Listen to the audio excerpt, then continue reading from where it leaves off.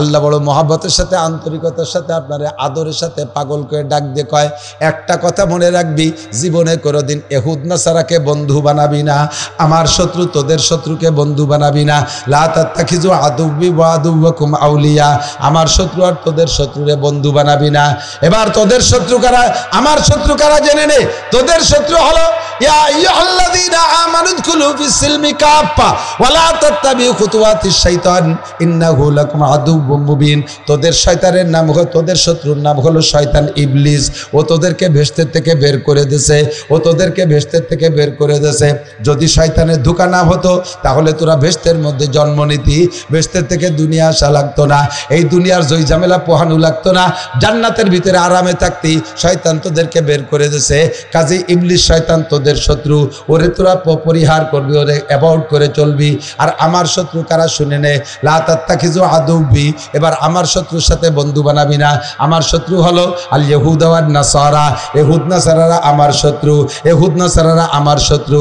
কারণ হিন্দুরা আমারে অত বড় অপবাদ দিতে পারে নাই, বুদ্ধরা আমার নামে এত বড় অপবাদ দেয় নাই, শয়তান নিজেও আমার নামে এত বড় অপবাদ দেয় নাই। যে অপবাদ ইহুদ আর নাসারারা দেয়, কি দেয়? ক্বালাতিল ইহুদু উযাইরুন ইবনুল্লাহ। ইহুদিরা যা কইছে তা বলাই যায় না, তারা আমারে কি কইছে। অনেক সময় না যে কেউ রে কেউ গালি দিয়েছে, সেই নালিশ করছে যে আমারে গালি দিয়েছে, আরে কি কইছে তাই কথা, যা কইছে তা কোয়া যায় না, যা কইছে তা এরকম মারাত্মক গালি দিছে। আল্লাহ কয় ইহুদিরা আমারে যা কইছে তা কোয়া যায় না। সংক্ষেপে একটু শোন, ক্বালাতিল ইহুদু উযাইরুন ইবনুল্লাহ, ইহুদিরা কয় উযাইর আলাইহিস সালাম আল্লাহর ছেলে। এই কথাটা কোয়া যায় তাই কলাম, এর ভিতরে যেটুক কোয়া যায় না তাই কলাম না। সেটুক কি? সেটুক হলো আল্লাহ তাআলা উযাইর আলাইহিস সালামের মাকে স্ত্রী হিসেবে ব্যবহার করে গর্ভধারণ করাই দিয়েছে, তাই উযাইর আল্লাহর ছেলে। এই ওরা কয় আমার নামে, তাহলে এই ইহুদিরা কি আবার দোস্ত না দুশমন? এই ইসরায়েলিরা সব ইহুদি, এটা আল্লাহর শত্রু। ওয়াকালাতিন নাসারা, আর নাসারারা এরকম একটা কইছে, ওয়াকালাতিন নাসারা মাসিহ ইবনুল্লাহ, আর নাসারারাও যা কইছে তাও কওয়া যায় না। তারা কয় ঈসা বলে আমার ছেলে, আল্লাহ কয় ঈসা বলে আমার ছেলে। তার মানে আমি ঈসার মা মারিয়ামের সাথে যৌন মিলন করে তারে গর্ভধারণ করাই দিছি, আর সেই গর্ভের সন্তান ঈসা আমার নামে এত বড় অপবাদ দেয়। এই দুই জাতি আমার শত্রু। লা তাত্তাখিযু আদুব্বি ওয়া আদুওয়াকুম লা তাত্তাখিযুল ইহুদা ওয়ান নাসারা আউলিয়া, তোরা ইহুদ নাসারাকে বন্ধু বানাস না, বাযহুম আউলিয়া ও বাজ, যদিও তারা বাহ্যিকভাবে উপরে উপরে একে অপরের শত্রু। খেয়াল করেন, খেয়াল করতেছেন নাকি আমি বুঝতেছি না। উপরে উপরে দেখেন ইহুদিরা নাসারাদেরকে কি কয়? ইহুদির মানে এই ইসরায়েলিরা, নাসারা মানে আমেরিকান ডোনাল্ড ট্রাম্পের গোষ্ঠী, ওরা হলো নাসারা, আর এরা হলো ইহুদি। আপোষে কি বলা বলি করে জানেন? কোরআন শরীফে বলে ক্বালাতিল ইহুদু লাইসাতিন নাসারা আলা শাই, ইহুদিরা কয় নাসারা কোনো জাতি না, ও কোনো ধর্মই না, ও কোনো জাতি না, এমন গালি দেয়। ওয়াকালাতিন নাসারা লাইসাতিল ইহুদু আলা শাই, এবার নাসারারা কয় তোরা কি, তোরা তো কিচ্ছু না, এই বলা বলি করে যে তোরা কেউ কিছু না। আবার আল্লাহ পাক বলেন সময় মতো বাদহুম আউলিয়া ও বাজ, একে অপরের দোস্ত, একে অপরের। মুসলমানের সাথে যুদ্ধ লাগছে জুবাইডের কি বলে নেতানিয়াহুর, দেখেন সম্পূর্ণ বন্ধুত্বতা দেখাইয়া পশ্চিমেরা জুটে পুটে সমস্ত খ্রিস্টানরা আইসা এই ইহুদিকে সাথে জোট দিয়েছে। কোটি কোটি টাকার এই যে লাস্টের এই গ্যাঞ্জামের আগে, এই মাঝে যে যুদ্ধবিরতি হয়েছে, এই যুদ্ধবিরতি হওয়ার আগে গাজার একটুক জায়গার উপরে ৮০,০০০ টন বোমা মারছে। ৮০,০০০ টন পাথর মারিয়ে দিলেও শেষ হয়ে যায়। আর বোমা কি, এক একটা বোমার গায়ে ১ টন, ১.৫ টন, ২ টন, ৩ টন ওজন আছে। এইভাবে ৮০,০০০ টন বোমা সে জায়গা মারিয়া গাজাকে শেষ করছে। আর এই বোমাগুলো বেশিরভাগ দেশে 80% দেশে আমেরিকাওয়ালা আর পশ্চিমা ব্রিটেনওয়ালারা, এরা দেশে। আর এই ইহুদ নাসারা, ওরা নাসারা আর এরা ইহুদি, দুই দলের ভিতরে ফারপার ডিফারেন্স। যখন মুসলমানকে হত্যার সুযোগ আসছে সব দল মিলে এক হয়ে গেছে। দুঃখের বিষয়, পরিতাপের বিষয়, মুসলমান বসে বসে এখনো বুড়ো আঙ্গুল চুষতিছ। মধ্যপ্রাচ্যের দালাল, মধ্যপ্রাচ্যের গাদ্দার, সৌদি আরবের প্রেসিডেন্ট, তুরস্কের প্রেসিডেন্ট, এই পাকিস্তানের প্রেসিডেন্ট, এরপরে কাতার, দুবাই, ওমান যারা আছে সবগুলো মুনাফেকের বাচ্চা। মুনাফেক, কথা বলেন ঠিক ঠিক না? আল্লাহর দেয়া সম্পদ তেল বেচে খাচ্ছিস, কুলুর বাচ্চা কুলুরা, তেল বেচে কুলুরা না। আবার কেউ কুলু থাকলে রাগ হইয়েন না। তেল দল আল্লাহর দেয়া সম্পদ স্বর্ণ আর তেলের খনি এই বিক্রি করে সেই জায়গায় বসে পশ্চিমা খ্রিস্টান মহিলাকে ছাড়িয়ে দিছে, তাই নিয়ে রাত্রে আনন্দ ফুর্তি করিস, দিনে রাত্রে ফুর্তি করিস, আর মুসলমান মারি শেষ করতেছে। তোকে যার যার জায়গায় বসায় রাখছে। এই তুরস্কের প্রেসিডেন্ট ও হইছে তুরস্কের প্রেসিডেন্ট এরদোগান, ও আলো কি কয় এসে ন্যাটোর সদস্য। যদি এখন মুসলমানদের পক্ষে নাই আর ইসরায়েলের বিপক্ষে যায়, তাহলে ন্যাটো সদস্যতে নাম কাটা যায়। এই পথ ঠিক রাখার জন্য সে সৌদি আরবালা রাজতন্ত্র করে, তারা রাজার বেটা রাজা হয়। এটা রাজতন্ত্র জগতে মুসলমানরা মানে না। এই রাজতন্ত্র টিকে আছে আমেরিকার পাশাটা হইয়া। যদি সৌদি সরকার এখন গাজার পক্ষ নেয়, সাথে সাথে ওই আমেরিকালা লাগাই দেবে সৌদি আরবের সাধারণ পাবলিকরে, তোরা আন্দোলন কর, রাজতন্ত্র বাতিল, গণতন্ত্র করতে হবে। তখন মোহাম্মদ বিন সালমান তার সিটি থেকে নেমে যাওয়া লাগবে। কাতার কুয়েত একই অবস্থা।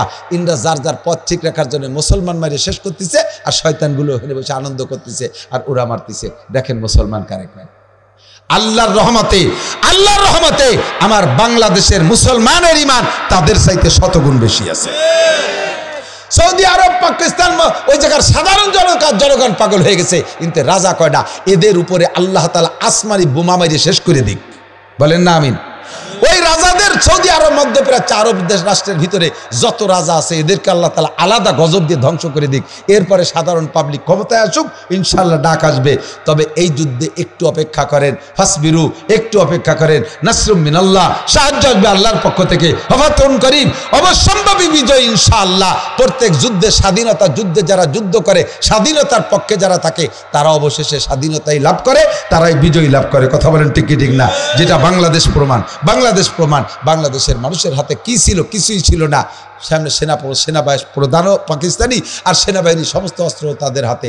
আমেরিকাও ছিল তখন পাকিস্তানের পক্ষে, আর সব দিয়ে জুটি পুটি আইসা এদেশের মানুষের মহিলাদের বটির কোপ আর সাধারণ পাবলিকের বাঁশের লাঠির বাড়িতেই সেই পাকিস্তানিরা হারিয়ে দেশকে স্বাধীন করাই আল্লাহ করিয়ে দিয়েছে। তবে ইনশাআল্লাহ সেটা ছিল হলো ভাই ভাই যুদ্ধ, ভাই ভাই যুদ্ধ আর স্বাধীনতা। এর চাইতে 100 কোটি গুণ বেশি দামি গাজার যুদ্ধ। বাইতুল মুকাদ্দাস মুসলমানদের দ্বিতীয় কিবলা, বাইতুল মুসলমানদের দ্বিতীয় কিবলা। বিশ্বনবী কাবা ঘরের মধ্যে দাঁড়ায় ইমামতি করে নাই, বাইতুল মুকাদ্দাসের ভিতরে দাঁড়ায় ফেরেশতা এবং নবীদের রূহকে পিছনে রেখা ইমামতি করেছেন। সেই বাইতুল মুকাদ্দাসকে স্বাধীনতা করার লড়াই। ইনশাআল্লাহ আপনাদের বিশ্বাস কেমন আমি জানি না, বাইতুল মুকাদ্দাস স্বাধীন হবে, গাজা ফিলিস্তিন স্বাধীন হবে। বিশ্বাস হয়? বিশ্বাস হয়? এ দাবি আছে অন্তরে। এর জন্য যা যেমন যখন দরকার দিতে প্রস্তুত থাকবো, ঠিক না? জান দিতে রাজি, জান দিতে রাজি, মাল দিতে রাজি, টাকা পয়সা যা লাগবে দিতে রাজি আছেন না নাই? যদি কখনো ডাক আসে, আসতেছে গাজার মুসলমানদের অর্থ সাহায্য করার একটা লাইন আল্লাহর রহমতে বাংলাদেশ থেকে সবসময় লাইন করা আছে, লাইন করেছে। এখন আর ডাকঘরের কিছু না, এখন সব ওপেন হয়ে গেছে। আর লাগবে বস্তা ভরে নিয়ে যাবো কোনাকুনি যদি যার পথ তাই ইনশাআল্লাহ। যদি কখন ওলামায়ে কেরাম স্থানীয় কেউ দায়িত্ব নেন, আমানতদার কোনো আলেম দায়িত্ব নেন, এলাকার জনগণের কাছ থেকে কালেকশন করেন, 10টা টাকা হলিয়ে জমা দেন। কিয়ামতে এই 10টা টাকা আপনার পক্ষে সাক্ষী দেবে আপনার জীবনে কত টাকা কোর্ট কাছারি আদালত ফৌজদারিতে খরচ করেছেন, ডাক্তার উকিল মুক্তারে কত টাকা দিয়েছেন, সব চোর ডাকাতরে দিয়েছেন। 10টা টাকা আল্লাহর রাস্তায় জেহাদের ময়দানে খরচ হবে ইনশাআল্লাহ। গাজার মজলুম মুসলমানদের পক্ষে সবচাইতে বড় জেহাদ, এদিক তাকান, সবচেয়ে বড় জেহাদ হবে। আজকে থেকে খোঁজেন, বোকা সাজে বসে থাকেন না, বোকা সাজে বসে থাকবেন কে? আমরা বুঝি না, তো দোকানে যাই যে আদায় তাই কিনে নিয়ে এসি কে? নেহা সাজেন কে? নেকা সাজবেন কি জন্যে? বাজারে যাই, আপনি বাজারে যাই বেগুন কিনতে গেছেন, বেগুন তো ফুটো বেগুনটা চোখ দিয়ে দেখে কেনেন না, কেনেন? সে জায়গাতে আপনি ভালো ট্যালেন্ট। গরু কিনতে যাইয়ে দাঁত দেখেন, ব্যবসায়ী যাতে গরুর দাঁত কটা ভাঙছে, সে জায়গাতে ভালোই ট্যালেন্ট। তা আপনি পণ্য কিনতে যে কোনটা আমেরিকান আর কোনটা ইসরায়েলি এইটা চিনিয়ে কিনবেন না কে? হ্যাঁ ব্যবসায়ী ভাইরা, তোদের জন্য সারা বিশ্বের মুসলমান 200 কোটি মুসলমান বদদোয়া করবে। যদি ইসরায়েলি পণ্য দোকানে রেখে কেনা বেচা করিস, ইসরায়েলি পণ্য যদি বেচিস, তার ডিলারি করিস, তার পণ্য যদি বিক্রি করিস, তোদের উপরে খোদার গজব হবে, তোর ব্যবসায় কোনোদিন উন্নতি হবে না। 200 কোটি মুসলমান বদদোয়া করতেছে, গাজার মজলুম মুসলমান বদদোয়া করতেছে। কোকাকোলা কোম্পানি বাদ, আরএফএল কোম্পানির কোনো প্লাস্টিক কোনো পণ্য কিনবেন না। আরএফএল যাতে লেখা দেখবেন, লোগো দেখে কিনবেন। তার কি বলে, লাক্সাবান কিনবেন না, লাক্সাবান কিনবেন না, লাক্সাবান পরিহার করেন। কোকাকোলা খাবেন না, পেপসি খাবেন না, এসবগুলো বাদ দেন। 7 আপ খাবেন না। এগুলো বিক্রি করে এখান থেকে যে পয়সা কামাই করতেছে, তার একটা অংশ ওখানে অস্ত্র তৈরি ফান্ডে জমা হয়। সেই টাকা দিয়ে অস্ত্র বানাইয়া আমার মুসলমান মারবে। আমার মসজিদ, কয়েকশো মসজিদ গাজার থেকে ধ্বংস করে দিয়েছে। আর প্রায় লাখখানিক মুসলমানরা শেষ করে দিচ্ছে, তাহলে আমার কাছে পেপসি বেশি সেই টাকা দিয়ে লাভ করে তা দিয়ে বোমা বানাবে, আমি কি সেই পেপসি কিনে খাইয়া এই লাভ করতে দেব? দেব দেব দেব? বোকা আর সেজে থাকবেন? বোকা সেজে থাকবেন? প্রত্যেকটা মাল কিনতে গেলে বলবেন ইসরায়েলি কিনা। এই দোকানদার আমাকে বল এটা ইসরায়েলি কিনা, যদি ইসরায়েলি হয় তাহলে নেব না, যদি কেউ ইসরায়েলি ছাড়া নাই তাহলে নেবই না, মালের দরকারই নাই আমার। জীবনে কোনোদিন কোকা কোলা খাইনি। মুরব্বীরা, আগের মুরব্বীরা কোকা কোলা খাইনি, তারা মরে গেছে নাকি? এমনি কোকা কোলা খাইয়ে মরতেছে, তারা না খাইয়ে আইজো বাইসি আছে। কথা বল, এইগুলো তাদের, সেগুলো খাইয়া তোমরা মরতেছ। আর সেইগুলো যারা না খাইছে সেই সমস্ত মুরব্বীর এখনো পর্যন্ত হাড় মজবুত আছে, তারা চোখ দিয়ে আল্লাহর রহমতে দিনের বেলা তারা দেখে। আর তুমি রাতে, তুমি বেলা উঠা, বেলা ডুবি যাওয়ার পরে পায়খানার দরজা খুঁজে পাও না চশমা ছাড়া। অমুসলমানদের কিছু ব্যবহার করবেন। এলে বর্তমান জেহাদ আমাদের, আমরা যতটুক পারি, কথাক্ষণ খেয়াল করেন। বদরের যুদ্ধে, ভাই শোনেন, বদরের যুদ্ধে মুসলমানদের পানি থোয়ার জন্য একটা গর্ত, এর মধ্যে অল্প একটু পানি আছে, বৃষ্টি নামছে কালকে, সেই বৃষ্টির পানিটুক জমছে। কাফেরদের সাথে যখন যুদ্ধ শুরু হয়ে গেছে, এক মুজাহিদ এক কাফের কোপ দিয়ে হাত একখান কেটে ফেলেছে, আর এক কোপ দিয়ে আর এক কেটে ফেলেছে, আর এক কোপ দিয়ে ঠ্যাং একখান কেটে ফেলেছে। তাহলে এনে মরবে না? এ কাফের এ পর্যন্ত হুশ আছে, ঠ্যাং হাত পা তিন খেন নাই, লাস্টে একখান ঠ্যাং দিয়ে দেখছে যে আর তো আত্মরক্ষার কিছুই নেই, ডাল ধরতে পারি না, তরবারি ধরতে পারি, ঠ্যাং একখান নাই, পড়ে গেছেন, তো মরবই। তো মরার আগে হলেও, মরার শেষ মুহূর্তে আগে হলেও মুসলমানদের একটু ক্ষতি করে দিয়ে মরবো। কি ক্ষতি? ওই এক পাউ দিয়ে জাম করে যাইয়া লাভ দিয়ে পড়ছে সেই পানির মধ্যে ঠ্যাং খান। এদিকে তারা ঠেসি ধরে জবাই দিচ্ছে, আর ওদিকে ওই এক ঠ্যাং দিয়ে পানি গুলাচ্ছে, কয় মরার আগে মুসলমানের পানি টুকুলিও গুলাই দিয়ে যাবো। তো যদি একটা কাফের শেষ চিন্তা এরকম হতে পারে, আমার জীবনের শেষ চিন্তা, আমি যদি একটা পয়সাও পারি ক্ষতি করবো ইসরায়েলের। কথা বলেন ঠিক ঠিক না? আর এ জায়গা আমার যুবকরা যদি কোনো এরকম কিছু করে, একদল বলল এটা মানবতা হলো না, এটা নীতি না, এটা আরে বেটা, মুসলমান মেরে সাফ করে ফেলাতে, মুসলমানদের ইজ্জত নষ্ট করতে, তাদের ভিজে বাড়ি সব লুটে পিটে নিয়ে যাচ্ছে। আর এ জায়গা তুমি মানবতা দেখাতেইছো? হ্যাঁ, এ জায়গা মানবতা মারাতেইছো? এর কাজায় দিবানি দেশ কেন মিজাজ গরম হয়ে গেছে। দোকান কেন লুটলো, ফ্রিজ কেন ভাঙলো, এটা মানবতা না। মানবতা দেখানোর জন্য তুমি মিছিলে নামছো, তারা আমার সব শেষ করে ফেলে দিচ্ছে, আর এখানে তুমি মানবতার বলিয়া ওড়াচ্ছ। সব বাদ, এই সমস্তগুলো একটা বরদাস্ত করতে রাজি না। কথা কন না কেন? এগুলো একটা মানতে রাজি না, ওদের কিচ্ছু চলবে না বাংলার জমিনে। আমার বাংলাদেশের ইন্ডাস্ট্রিজ গুলো বলো বলা হবে, এদেশের ব্যবসায় দেশে ধন্য হবে। কেন তুই ইহুদির বাচ্চারা এদেশ থেকে টাকা নিয়ে যাবি? তোর এক টাকাও নীতি দেবো না। মরার আগে এক ঠ্যাংও যদি থাকে, তাই দিয়ে তোর পানি গুলাই তুই মরবো। আমার দিক তাকায়, এ যুবক, আগামীকাল ডাক আসবে, ফিলিস্তিন যাইতে হবে, রেডি? ভিতরে মাঝে মাঝে উগ্রাই আসতেছে ফিলিস্তিনের কথা, একটার মধ্যে আর একটা চলে আসে। যুবক রেডি থাকো, কালকে যদি ডাক আসে যাইতে রেডি। ইদানিং ফেসবুকে দেশে কয় যদি বাংলাদেশ থেকে একটা ফ্লাইট যায়, যাতে ফ্রি ফিলিস্তিন নেওয়া হবে, কে কে রাজি আছেন যাইতে? যাইতে রাজি আছেন? মাশাআল্লাহ, এবার ফ্রি নিবে, তাই না? ঠিক আছে না? এবার যদি টাকা দিয়ে যাতে হয়, তাহলে কেটা কেটা যাবেন? এবার হাত অর্ধেক কমিয়ে গেছে। নারায়ে তাকবীর, নারায়ে তাকবীর, আল্লাহু আকবার। আল্লাহ, আমি ও জায়গায় কমেন্ট লিখছি, আমার পাসপোর্ট রেডি, 5 লক্ষ টাকা লাগলে আমি দিয়ে যাইতে রাজি, রেডি করো, যাওয়ার ব্যবস্থা করো। আমার 4টে ছেলে আছে, ছেলেটাই বড় হয়ে গেছে, 4টা ছেলে সাবালক হয়ে গেছে, 5টা ছেলে, বড় ছেলেটা অসুস্থ, 4টে সবল সুস্থ ছেলে আছে, তাদেরকে ওসিয়াত করছি যে কোনো সময় যদি যাওয়ার সুযোগ পায় ফিলিস্তিন, শুধু ফিলিস্তিন না, বিশ্বের যে কোনো প্রান্তে যদি ইসলামী জিহাদ কাফেরের মোকাবেলায় আসে, বাবা অনুমতি অ্যাডভান্স দেওয়া থাকলো, আর বলতে জন্য বাড়ি আসিস না, ওখান থেকে চলে যাস, ওসিয়াত করে দিয়ে দিছি, একবারে অ্যাডভান্স ইজাজত দিয়ে দিছি। দুনিয়ায় থেকে আরাম করব। রমজানে কত ইফতার খাইলেন, তারা তো খালো না কিছু। ঈদে কত কাপড় কিনলেন, তারা তো একটা বাচ্চারা জাঙ্গিও কিনে দিতে পারলো না। সিমাই খেলেন, বিরিয়ানি খালেন, পোলাও খালেন, কি খালেন কি? আমি কি খালাম? আমি ঈদের দিন কিচ্ছু খাইনি, ভালোই লাগে নাই। বাচ্চা কাচ্চার জন্য কিনে দিছি, খাবার নিয়ে বসছি, আমার ভিতরে রুচি আসে নাই। আমার চোখের সামনে ভাসতেছে, এই কাঁদতেছে। ওই সেই মহিলা, গর্ভবতী মহিলা, তার বাচ্চাটা ডেলিভারি করবে কে? দাত্রীকে কেউ নাই। আর এ জায়গা মা বোনরা তোমরা আরাম করবা, বিরিয়ানি খাবা, প্রসাদনী কিনবা, রং বেরঙের কাপড় কিনতে ফরিদপুর শহরে যাবা, আল সালতা সদর বাজারে যাইয়া সেখান থেকে ওপেন ফিল্ডে বাজারঘাট করবা, আনন্দ করবা। তোমার মতো আর একটা মা সেখানে দেখো ডেলিভারি যন্ত্রণায় ভুগতেছে, তার পাশে দাঁড়ানোর কেউ নাই। ইখলাস হবে আল মুখলিসুনা আলা খাতারিন আযীম। ইখলাস কাকে বলে? আনতা বুদাল্লাহ কান্নাকা তারাহু। প্রত্যেকটা কাজ, নেকের কাজ করার সময় আল্লাহকে দেখি, গুনাহ করার সময় আল্লাহকে দেখি। কতক্ষণ? নেকি করার সময় আল্লাহকে দেখবেন, তার মানে নামাজে দাঁড়াবেন এমন ভাবে আপনারে বোমা মারলেও যেন আপনার সেই বোমার দিকে খেয়াল না যায়, এরকম হবে। হযরত আলী রাদিয়াল্লাহু আনহু পায়ে তীর ইংসে শত তা তো শুনছেন, যুদ্ধে যে পায়ের ভিতরে তীর ঢুকছে, এমন ভাবে আটকে গেছে তীর, এখন টানলে উনি চিৎকার মারি বেহুশ হয়ে যাওয়ার মতো হয়ে যাচ্ছে। উনি বলে এই রাখো রাখো রাখো, ওভাবে হবে না, এভাবে তীর টেনে বেরোনো যাবে না, আমার অজুর পানি দাও। অজুর পানি দিয়েছে, অজু বানায় বলছে আমি যখন নামাজে দাঁড়াবো ওই সময় টেনে বের করবা। হযরত আলী যখন নামাজে দাঁড়াইছে, এরপরে কয়জন পাউ বাঁধাইয়া আর কয়জন জোর করে টাইনিয়ে তীর বের করছে, আলী টেরই পাইনি। সালাম ফিরানোর পরে বলছে, আলী রাদিয়াল্লাহু আনহু বলছেন কি তীরটা কি তোমরা বের করার ব্যবস্থা করছো? দেখেন আছে নাকি, দেয় যে পায়ে তীর নেই। কখন বের করলে? যখন আপনি নামাজে দাঁড়াই গেছেন। আল্লাহর প্রেমে যখন গল্প শুরু করতেছে নামাজের ভিতরে, সেই সময় তীর টেনে বের করছে, টের পাই নাই। আর আমার কানের দাঁত দিয়ে একটা মশা উড়িয়ে গেলি মনে হয় যে হেলিকপ্টার গেছে, কান জড়ায় তাপ্পড় মেরে দিই। আমার নামাজটা কি সুন্দর নামাজ, চিনতে পারেন? কে ইচ্ছা নামাজের নামাজ? তারা নামাজের মধ্যে আল্লাহরে দেখে, আর আমি নামাজের মধ্যে প্রেমিকারে দেখি। আমি নামাজের ভিতরে সিনেমা হলকে সিনেমার নায়িকাদেরকে দেখি। আমি নামাজের ভিতরে ল্যাংটা ছবি চোখের সামনে ভাসে। আমার নামাজ আর সেই নামাজ? ওবুদুল্লাহ কান্নাকা তারা।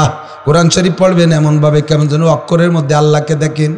দর্শখান মুকফি মানাম চু বুয়েগুল দার বর্গেগুল, দর্শখান মুকফি মানাম চু বুয়েগুল দার বর্গেগুল, হারকে দি দান মাইলে দারাত দর্শখান বিনাদ মোরা। আল্লাহ পাক বলেন, এ তুমি আমারে দেখতে চাও? আরে ভাই, আল্লাহকে দেখতে চান? কে কে আছেন একটু আল্লাহকে হাত দেখাবেন। আল্লাহ তোমারে দেখবো, আল্লাহ তোমারে দেখবো, দেখতে চান? আল্লাহকে দেখতে চান? আল্লাহকে আমারে যদি দেখতে চাও, হারকে দি দাল মাইলে দারাত দর্শখান বিনাদ মোরা। ফুলের মধ্যে গিরান আছে, গোলাপ ফুলের মধ্যে গিরান আছে, কিন্তু গিরানটা কোন জায়গা আছে তা কি দাগ দিয়ে আছে? নাকে দিলে গিরান পাওয়া যায় কি যায় না? আল্লাহ কয় দর্শখান মুকফি মানাম চুবু ইয়েগুল দার বর্গেগুল। আমি আমার কোরআনে কারিমের ভিতরে লুকায়িত আছি। ফুলের সুবাস যেমন ফুলের পাপড়ির মধ্যে লুকানো থাকে, ফুলকে যেমন নাকে দিলে ঘিরান অনুভব করো, দেখতে পারো না কোথায় আছে। হারকে দি দান মাইলে দারাত দর্শখান বিনাদ মরা। যদি কেউ আমাকে দেখতে চাও, আমার কালামে পাকের মধ্যে নজর করো, প্রত্যেকটা হরফের মধ্যে আমি আল্লাহ লুকায়িত আছি। নামাজের মধ্যে আল্লাহকে দেখা যায়, রোজার মধ্যে আল্লাহকে দেখা যায়, জিকিরের মধ্যে আল্লাহকে দেখা যায়। পর্দায় হাস্তি আগার সুজি বানা রে লাইলা আজামা বে পর্দা বিনি নূরে ইল্লাল্লাহরা। শেষ রাত্রি উঠবেন বাবা, শেষ রাত্রি উঠবেন। বিশেষ করে আমার বুড়ো বাবারা, জিন্দেগি শেষ হয়ে গেছে, আর কয়দিন ঘুমাবেন? আর ঘুমানোর দরকার নাই। আপনার মরণটা যদি আসে, আপনার মরণটা নামাজের মধ্যে হয়ে যাক, তাহাজ্জুদের মধ্যে হয়ে যাক, জিকিরের মধ্যে হয়ে যাক, এমন একটা মরণ কামনা করি। কথা বলেন ঠিক কি ঠিক না? তবে আমার মরণের দাবি হলো, আল্লাহ আমারে তুমি যুদ্ধের ময়দানে নাও, আমারে যে কোনো একটা যুদ্ধের ময়দানে দাও, আমি 10-20টা কাফেরের আগে গুলি করি, এরপরে তাদের অস্ত্রে গুলিতে আমি শহীদ হয়ে যাই। এমন একটা মরণ আমার তামান্না এসে গেছে। আমার আর আরামের বিছানায় শুয়ে মরতে চায় না, মনে চায় না। আরে নামাজের মধ্যে মরণের চাইতে, মসজিদের মধ্যে মরণের চাইতে, তিলাওয়াতের রত অবস্থায় মরণের চাইতে, যুদ্ধের ময়দানে যাইয়া 1টা মিনিট যুদ্ধ করতে করতে মরার ভিতরে মরার দাম 1000 গুণ বেশি। তবে বুড়ো বাবারা সময় নাই, এখনই শেষ রাত্রে উঠে আপনি জিকির করবেন লা ইলাহা ইল্লাল্লাহ। বহুত ঘুমাইছেন, বহুত ঘুমাইছেন, অনেক ঘুমাইছেন, অনেক ঘুমাইছেন। জাগনা হয় জাগলো আফলাক কি ছায়া তলে, আখের তাক সোয়া করোগে খাক কি ছায়া তলে। একটু সজাগ হন আসমানের নিচে, তাহলে মাটির নিচে যে ঘুম যাইতে পারবেন। একটু সজাগ হন আসমানের নিচে, মাটির নিচে যে ঘুমাইতে পারবেন। আসমানের নিচে নাক ডেকে জম্মের ঘুমাবেন, কবরে যাইয়ে ঘুম কপালে হবে না, কবরে যেয়ে ঘুম পাবেন না। জাহান্নামের আগুনে এমন ভাবে শোলা মারবে, তার ভিতরে আর ঘুম আসবে না। কবরে যদি আরামে ঘুমাইতে চান, এখন একটু ঘুম কমাই দেন। বিছানা থেকে ওঠেন, শেষ রাত্রি ওঠেন, কাঁপতি কাঁপতি ওঠেন, মূর্তি ওঠেন, যে কোনো ভাবে একটু পানি দিয়ে ওযু বানাইয়া আপনি যখন তাহাজ্জুদের পরে জিকিরে বসবেন, লা এই একার জায়গা নাই, লা ইলাহা ইল্লাল্লাহ গোলো গোলো জিকির করবেন না, জিকির পাতলা টাইনি টাইনি করবেন, দেখবেন আপনার আন্তরিকতা বাড়তেছে।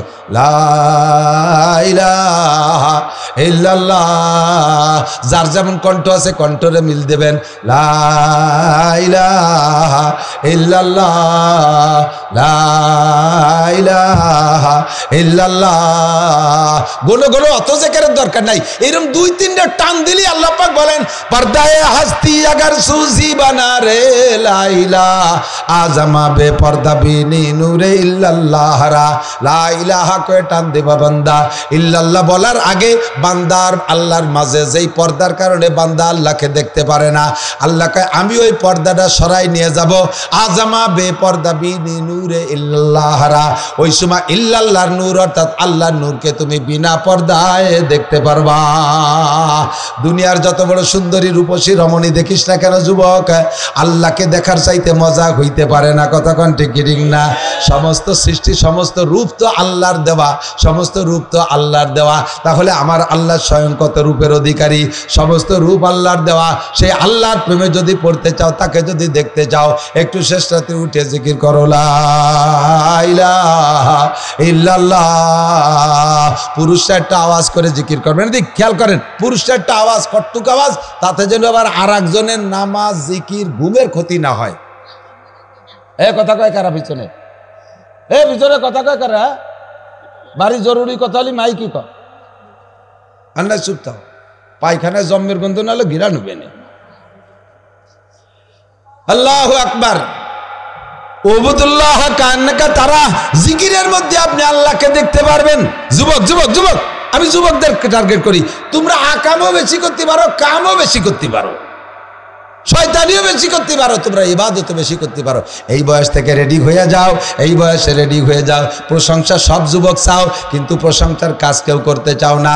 প্রশংসা সব যুবক চাও, তোমারে ভদ্র বলি, নম্র বলি, দিনদার বলি, ভালো বলি, শিক্ষিত বলি, এই কথাগুলো বললে তোমার ভালো লাগে। অথচ এই কয়টা গুণের একটাও নাই। তুমি যেভাবে বান্দরি মার্কা চুল কাটিয়া মোটর সাইকেল যেভাবে রাস্তা দিয়ে ইলিং বিলিং ভাবে চালায় যাও, তোমার মোটর সাইকেলের ধুলোয় সব বুড়ো মানুষের চোখ গুলা হয়ে যায়। তোমার চাল চলন দেখলে মনে হয় যেন তুমি শয়তানের আওলাদ। অথচ তোমার প্রশংসা না করে বদনাম করলে তুমি খেপে বড়। প্রশংসা যদি তোমার ভালো লাগে, প্রশংসিত কাজ করো, চুলগুলো সুন্দর করে কাটো, দেখলে বুঝবো তুমি একটা ভদ্র ছেলে। প্যান্টটা একটু ঢিলা ঢালা উঁচা করে পড়ো, তাহলে দেখলে বুঝবো তুমি ভালো ছেলে। অবশ্যই তোমার প্রশংসা করবো। কতক্ষণ? আর তুমি যেভাবে চলো তাতে তাতে তো তোমার শয়তানের বাচ্চা। শেখ সাদি রহমাতুল্লাহ আলাইহি বলেন, না শায়াদ বনি আদমে খাকে জাদ কেদার সার কুনদ কে বেরতুন দিও বাদ তোরা বাচুনি তুন দিও সরকাশি না পেন্দার আমাজ খা কিয়া জাতেশি। বনি আদম মাটি দিয়ে বানানো, মানুষে বানাইছে মাটি দিয়ে, শয়তানরে বানাইছে আগুন দিয়ে। কতক্ষণ? মানুষ বানাইছে মাটি দিয়ে, শয়তান বানাইছে আগুন দিয়ে। শয়তানের ভিতরে অহংকার, কারণ আগুনের মধ্যে অহংকার। আগুনটা ছেড়ে দিলে নিচের দিক যায় না উপর দিক যায়? উপর দিক যায়। ঊর্ধ্বগতি আলার ভিতরে অহংকার বেশি। যে যত বড় তার ভিতরে তত অহংকার, যে যত বড় অফিসার তার মধ্যে তত অহংকার, যে যত বড় নেতা তার মধ্যে তত অহংকার। তার ভিতরে বড়ত্বের শয়তানের আগুন ঢুকছে। আর যে যত ছোট তার ভিতরে নম্রতা ভদ্রতা বেশি। এই জন্য আল্লাহ মানুষ বানাইছে মাটি দিয়া।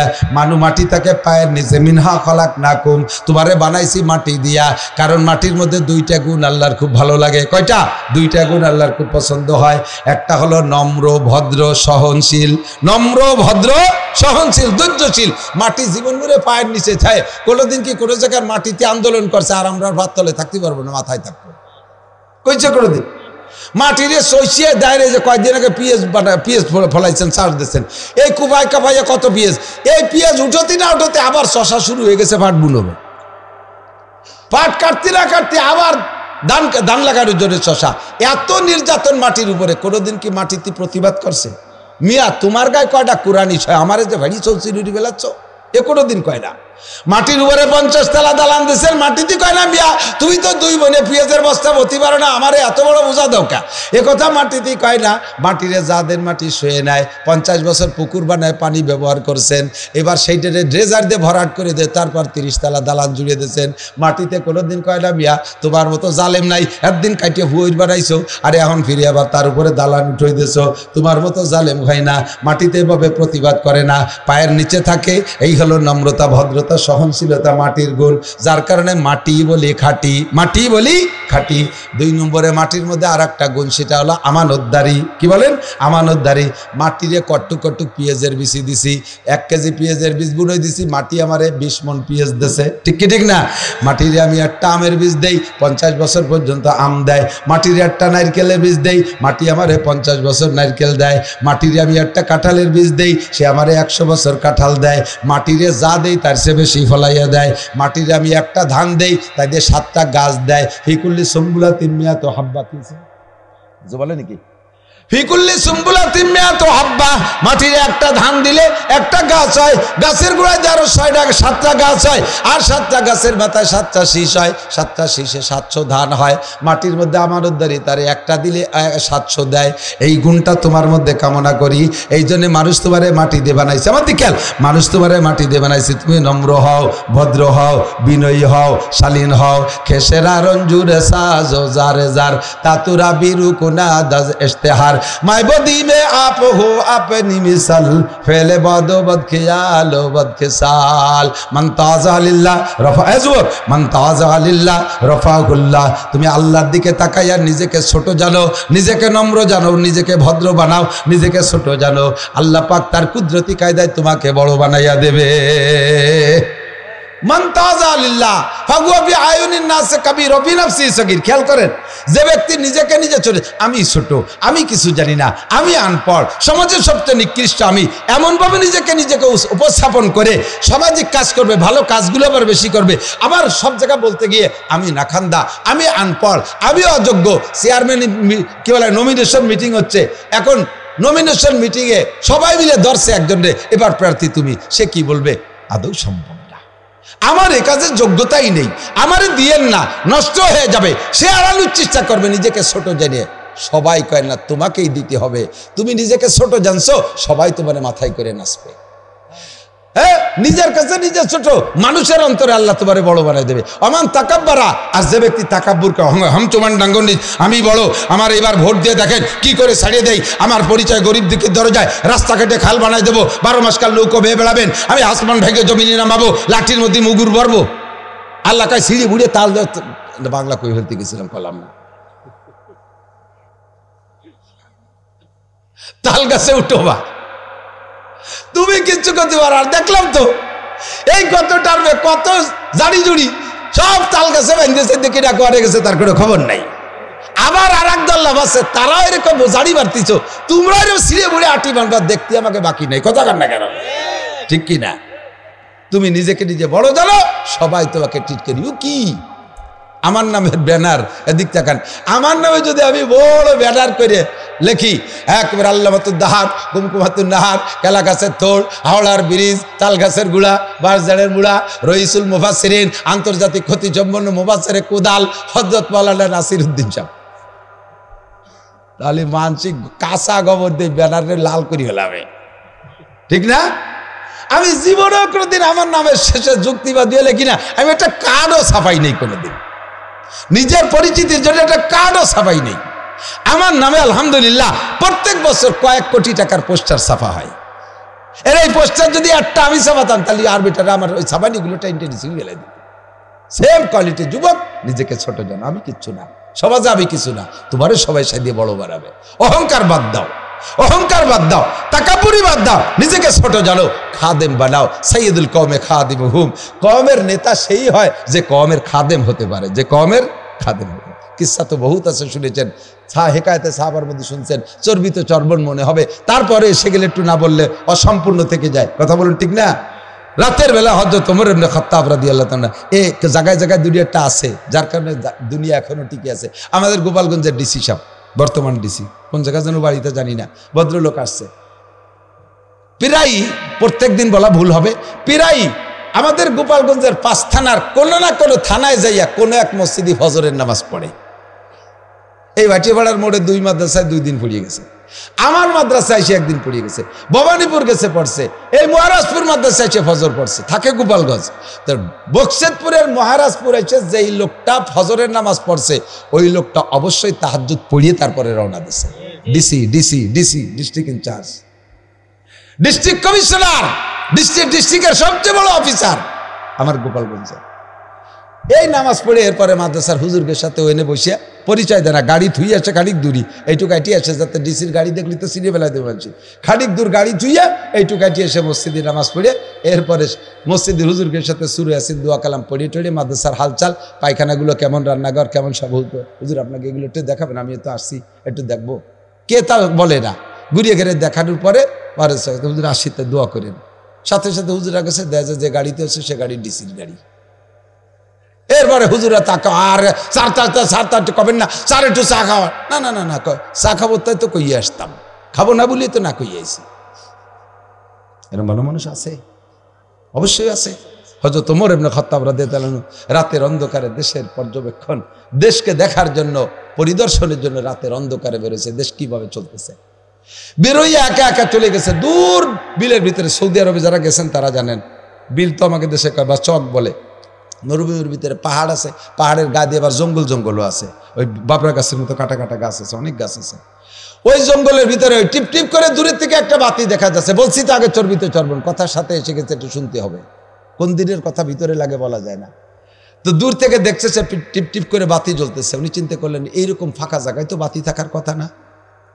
তো দুই ধরনের বাতি হতে পারে, হয়তো কোনো দুষ্কৃতী চোর ডাকাতদের বাতি, তারা ওখানে বসে বসে কিছু করতেছে, অথবা কোনো চরিত্রহীন মহিলা ওখানে ঘরবাড়ি বানায় টানায় কিনো অন্যায় টন্যায় করে। তো দেখতে হবে, আমার দেশ, আমার খবর নিতে হবে। ওখানে চলে গেছে আস্তে আস্তে, যাইতে যাইতে দেখে যে সত্যি বেড়ার ফাঁক দিয়ে কি বলে, সত্যি বেড়ার ফাঁক না, এটা হলো ক্লিয়ার জায়গা, এখানে আগুন জ্বলতেছে। উনি কাছে যাইয়া একটু পর্দার সাথে একটু দূরে থেকে বলতে দেখে যে একটা মহিলা ছোট ছোট 2-3 বাচ্চা, এই বাচ্চাগুলো নিয়ে কান্নাকাটি করতেছে বাচ্চারা, আর এই মহিলা চুলোয় জাল দিচ্ছে টাড়িতে। দূরের থেকে বলছে, মা কি করতেছেন, আমি কি একটু কাছে আসতে পারি? কয় না, থাকেন, দূরে থাকেন। কি করতেছেন? কয় যে বাচ্চাদের জন্য কিছু রান্না বান্না করতেছি। কি রান্নতেছেন? কয় যে তা বলা যাবে না কি রান্নতেছি। আল্লাহ, একটু পরে বলবো। হযরত ওমর দূরে সরে রয়েছে। এই রান্না কিছুক্ষণ জাল দিতে দিতে বাচ্চারা খেলাধুলা কান্নাকাটি করতে করতে করতে করতে ঘুমাই গেছে। এরপরে বলতেছে, কিছুই রান্না করতেছি না, এই হাড়ির ভিতরে পানি জাল দিচ্ছি। বাচ্চারা সারাদিন না খাওয়া, এখনো না খাওয়া, খাবারের কোনো ব্যবস্থা নাই। এখন তাদেরকে কি সান্ত্বনা দিয়ে ঘুমাবো? তাদের বলছি যে বাপ, এই রান্না করতেছি, তোরা একটু পরে খাবি। আমি জানি যে কিছুক্ষণ লং টাইমে নিয়ে নাড়াচাড়া করলে ওরা ঘুমোয় যাবে, তারপরে হাড়িটা নামাইতে আমিও ঘুমাবো। বলেন তো কেমন লাগে শুনলে? এরকম অবস্থা গাজায় চলতেছে, ফিলিস্তিনে চলতেছে। তো হযরত ওমর শুনি আর দেরি না করে মা থাকেন, আসি। তাদের কান্নাও দেখছে, তাদের চুলায় হাড়ি থাকা অবস্থায় তাদের ঘুমও দেখছে। উনি আইসা সরাসরি গোডাউনে ঢুকে গোলাম সাথে নেছে, আগে গোলাম ছিল না, গোলাম সাথে নেছে, নিয়ে যে গোডাউনের থেকে খাদ্য, চর্বি টর্বি, ময়দা, আটা, সে খেজুর টেজুর, তেল টেল দিয়ে বড় এক বস্তা ভরিয়ে এরপরে গোলামকে বলছে, গোলাম মাথায় উঠাই দাও। অবশ্যই পড়েছেন আপনারা, গোলাম মাথায় উঠে দাও। গোলাম কি বলেন তো? গোলাম মাথায় উঠে দাও। গোলাম মানে কি? বাড়ির গরু, সেম কোয়ালিটি অফ গরু। আপনার বাড়ির গরুটারে যেমন আটে নিয়ে বেশি ফেলতে পারেন, গোলাম ওইরকম বেচা যায়। গোলাম এরকম একটা জাতি, মানুষই, কিন্তু আল্লাহ তাদেরকে এইরকম গোলাম বানাইছে, এমন পরাধীন বানাইছে। তো এই গোলাম হযরত ওমরের গোলাম। আর ওমর কিরা কত বড় দেশের অর্ধ জাহান্না, পৃথিবীর 2/3 তার রাষ্ট্রের আয়তন ছিল 2,40,00,000 বর্গ মাইল। এইরকম বাংলাদেশের প্রায় 200 বাংলাদেশের সমান। এত বড় দেশের রাজা গোলাম রে কয়, বস্তা আমার মাথায় উঠে দাও।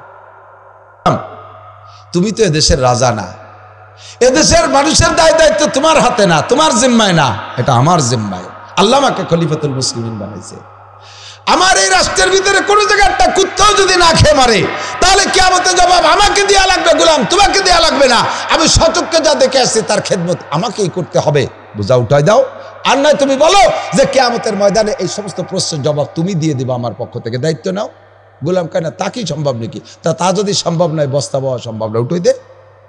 বস্তা ওমরের মাথায় উঠে দিচ্ছে। লম্বা একটা মানুষ কাঁপতে কাঁপতে বস্তা নিয়ে যাইয়া সে জায়গা যাইয়া মহিলাকে বলছে, মা একটু সরিয়ে দাঁড়ান। মহিলাকে সরাই দিয়ে নিজে হাড়িতে করিয়া সেই সব খাবার যা দিয়ে রান্না করা যায়, এইটা রান্না করিয়া ফুয়াইয়া হিকায়াতে সাহাবার ভিতরে লেখছে, ঘন দাড়িওয়ালা লম্বা মানুষটা চুলার ভিতরে ফু দেয়, ধুমো উড়িয়ে এসে দাড়ির ভিতরে চোখের মধ্যে যায়, চোখ বেয়ে বেয়ে পানি পড়তে, নাক দিয়ে পানি পড়তেছে। এই কান্নাকাটি করতে করতে হাঁড়িটা রান্না করে, রান্না শেষ করে নামাইয়া মহিলাকে বলছে, মা বাচ্চাদেরকে একটু সজাগ করেন। সজাগ করছে, সজাগ করে উনি নিজি হাতে বলে, আপনি একটু সরে বসেন, আমি এদের একটু খাওয়াই। আমি এসে যেভাবে কান্না করতে দেখছি, ওই কান্নার বিপরীত আমি সেইভাবে হাসি না দেখে আমি যাব না। বাচ্চাদেরকে নিজ হাতে পরাণ ভরি তৃপ্তি সহকারে খাওয়াইয়া এরপরে হাড়ি দিয়ে উনি দূরে বসলেন, আর মহিলাকে বললেন, মা এবার আপনি একটু পরাণ ভরে খান। আপনার চেহারায় দেখছিলাম মলিন, আপনার চোখে দেখেছিলাম পানি, বাচ্চাদেরকে আমি কান্না করতে দেখেছিলাম, তাদের মুখে হাসি ফুটাইছে, আপনার চেহারা আমি হাসিরা দিকে যাব না। এবার মহিলাকে পরাণ ভরে খাওয়াইয়া এরপরে বাকি বস্তায় যা ছিল তা দিলেন, বললেন, মা দোয়া করো। এবার মহিলা বলতেছেন, কিয়ামতের ময়দানে আল্লাহর কাছে খলিফাতুল মুসলিমিন ওমরের বিপক্ষে মামলা দেব। ওই মহিলা করছে, ওমরের কাছে করছে, আপনি সাক্ষী থাকেন, ওমরের বিপক্ষে কিয়ামতের ময়দানে আল্লাহর কাছে মামলা দেব। এই দেশের রাজা হইয়া আমাদের খবর নেয় না। আপনার মতো মানুষকে যদি আল্লাহ প্রেসিডেন্ট বানাইতো, আপনার মতো মানুষকে যদি আল্লাহ খলিফাতুল মুসলিমিন বানাইতো, তাহলে আমাদের এই দুর্গতি হইতো না। আমি ওমরের বিপক্ষে কিয়ামতের ময়দানে মামলা দেব। ওমর তখন বললেন, ওমা তোমরা যে এই জায়গায় এভাবে কষ্ট করতেছো, এইটা কি ওমরকে কোনোদিন জানাইছো? উনি যে ওমর তা পরিচয় দেয় নাই, তুমি কি কোনোদিন জানাইছো ওমরকে? ওমর তো, ওমরের কাছে তো কি আসে না, ওমর কিভাবে জানবে তোমরাই কষ্ট করতেছো? তুমি কেন মামলা করবা? কয় খলিফাতুল মুসলিমিন হয়েছে, ঘুরে ঘুরে দেশের খবর কেন নেয় না? আপনি যেমন খবর নিতে আসেন, ওমরের তো দায়িত্ব এরকম ছিল। এই দায়িত্ব তো ওমরের, ওমর আসে নাই, আপনি আসছেন, আল্লাহ যেন আপনারা খলিফাতুল মুসলিমিন বানায়। বলেন না আমিন। আমিন তো আগে ওই রয়েছে। তো হযরত ওমর বললেন, এই পাকিস্তানের প্রেসিডেন্ট আইয়ুব খান বাংলাদেশে বলে আইছে, একটু দোয়া করতে, তাই কইতেছে। এসে গেল তরদাল নির্বাম, বাড়িটা মিলবে না। তো প্রেসিডেন্ট আইয়ুব খান যখন আইছে, বিশাল মিটিং, এই মিটিং তো ওনার দলে যারা আছে তারা মিটিং উপস্থিত। এই স্টেজে এক বুড়ি কাঁপতি কাঁপতি উঠছে, বুড়ি আইছে আর কুজো বুড়ি, আমার একটু আইয়ুবের সাথে দেখা হতে, আমি আইয়ুবের জন্য একটু দোয়া হতে যাবো। তেমন বুড়ো মানুষ আসতে পারেননি, তারা সব রাস্তা খুলে দেয়, চলে আইছে আইয়ুব খানের। আইয়ুব খান তো খান, বিশাল জুয়ান, বুড়ি তো একটুক হয়ে গেছে, বাবা মাথাটা নিচে ওর একটু দোয়া হইরে দেয়। তা আইয়ুব খান মাথা নিচে আসছে। Ayub Khan field marshal. Field marshal কাকে বলে? যেই সেনা প্রধান বড় বড় 3টে যুদ্ধে বিজয়ী লাভ করে, সে হয় ফিল্ড মার্শাল। ওইদিকে 2 পাকিস্তানের প্রেসিডেন্ট, এর চাইতে বড় পদ কি আর এই 2 পাকিস্তানের মধ্যে আছে নাকি? এ বুড়ি ওই আইয়ুব খানের মাথা নিচে ওই দোয়া হতে, আল্লাহ যেন তোমারে বড় দারোগা বানায়, আল্লাহ যেন তোমারে বড় দারোগা বানায়। আইয়ুব খান হাসতেছে, কি কয়? ওই বুড়ির জানা আছে, বুড়ির অভিজ্ঞতা হলো দুনিয়ায় সবচেয়ে বড় হলো বড় দারোগা। এই জন্য সবচেয়ে বড় বড় দারোগা মানে আল্লাহ তোমারে সবচেয়ে বড় বানায়, এই দোয়া দেশে, যদিও কইছে মুখে বড় দারোগা। আল্লাহ আমাদের যদি এমন খলিফাতুল মুসলিমিনের ব্যবস্থা করে দাও, বলেন আমিন, জোরে বলেন না আমিন।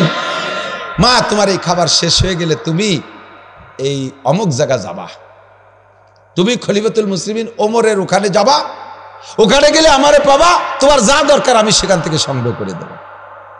তো রাতের বেলা তো চেনে নাই, আল্লাহু আকবার, যতটুক সেন্সে আলোতে দেখে দেখে খাবার হুড়ে গেলে গেছে সেখানে, যে দেখে যে বিশাল অবস্থানে বসা, হয়তো তোমার চেয়ারে বসতেন না।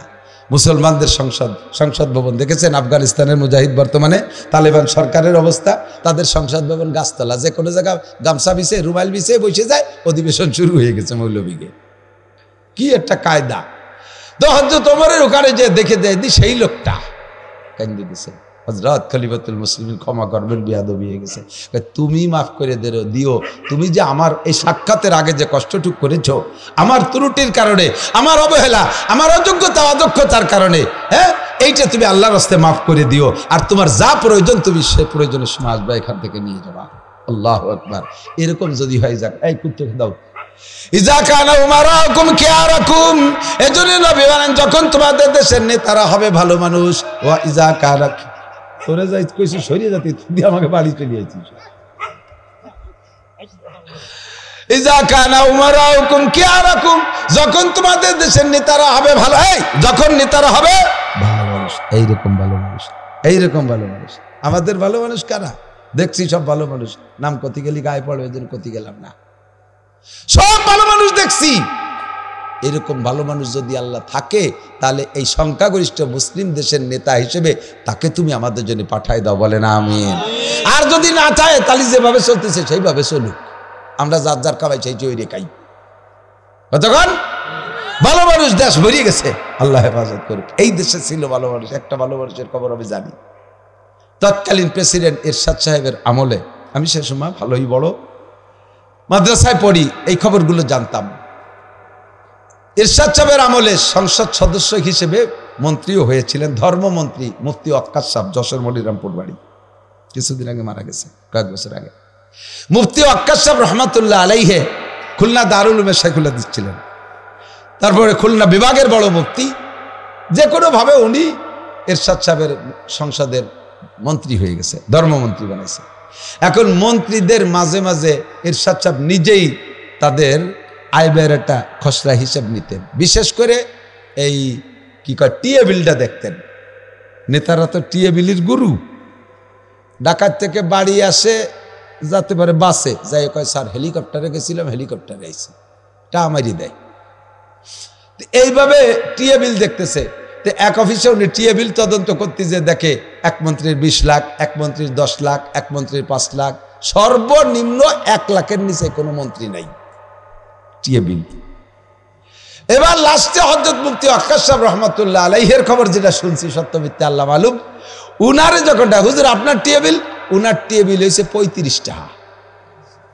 35 টাকা কয় টাকা? যে জায়গা 35 লাখও আছে সে জায়গা যদি আর একজন মন্ত্রী, ধর্মমন্ত্রী, তো ফেলাইনি মন্ত্রীরা, পূর্ণমন্ত্রী, ধর্মমন্ত্রী, পতাকাধারী মন্ত্রী, তার 35 টাকা। এরশাদ সাহেব বলতে হুজুর কি 35 লাখ নাকি কি যে নুকতা টুকতা কম হয়ে গেছে নিয়ে বসে, কি জন্য এত কম?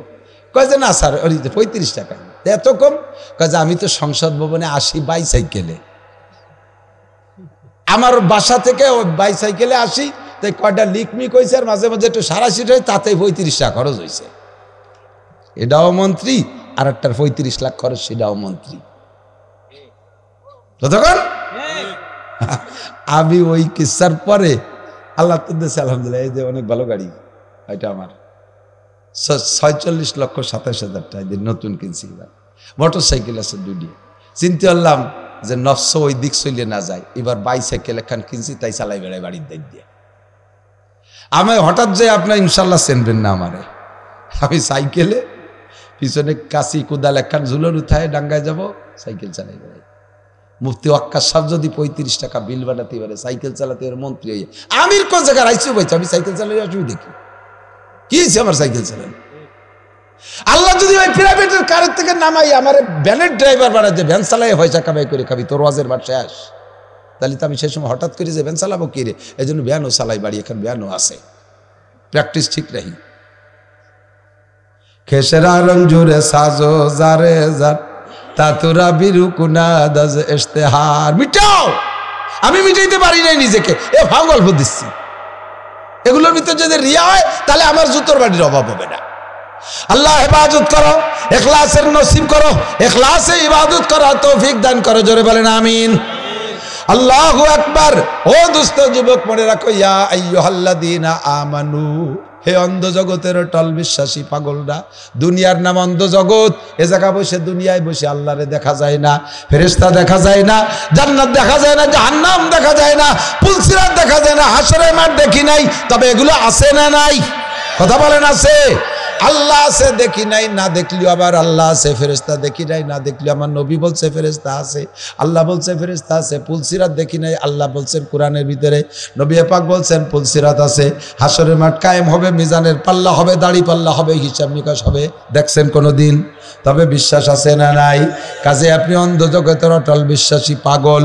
আল্লাহ পাক মহব্বতের সাথে ডাক দিয়ে বলে, খেয়াল করেন, মহব্বতের সাথে ডাক দিয়ে বলে, লা তাত্তাকিজু আদুব্বি ওয়া আদুব্বাকুম আউলিয়া।